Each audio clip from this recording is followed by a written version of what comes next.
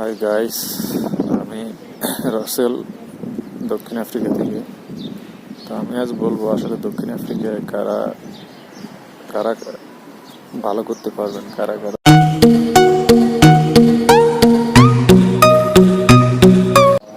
দক্ষিণ আফ্রিকাতে যাদের আত্মীয় স্বজন আছে বা আত্মীয় স্বজনের ব্যবসা আছে তারা আসলে সুবিধা করতে পারে, মানে তাদের আর তেমন একটা স্ট্রাগল করা লাগে না।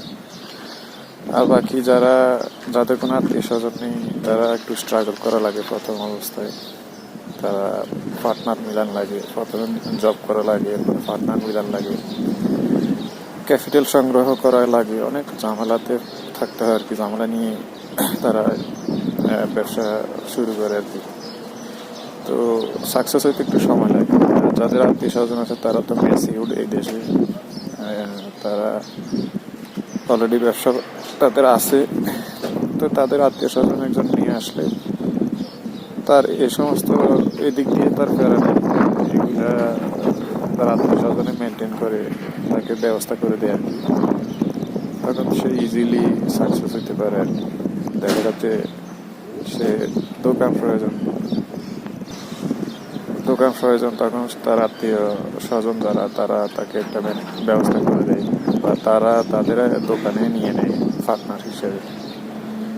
তো এদিক দিয়ে আবার টাকা পয়সার সাহায্য দরকার পড়লে তারাও সহযোগিতা করে। তো আত্মীয় স্বজন থাকলে সুবিধা এই আর কি। আর যাদের আত্মীয় স্বজন নাই তারা যে সাকসেস হয় না তা না, সাকসেস হইতে একটু সময় লাগে এই আর কি।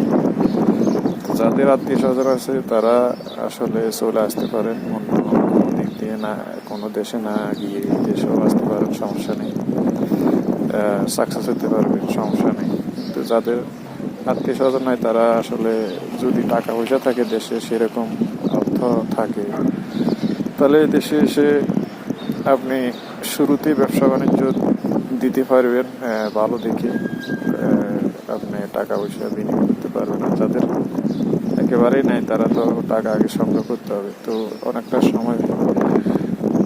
সময় লাগে, সংগ্রাম করা লাগে এই আর কি।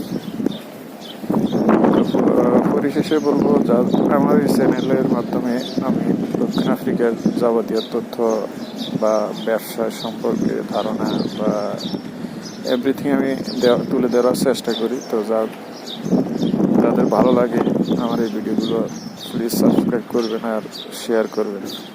আল্লাহ হাফিজ।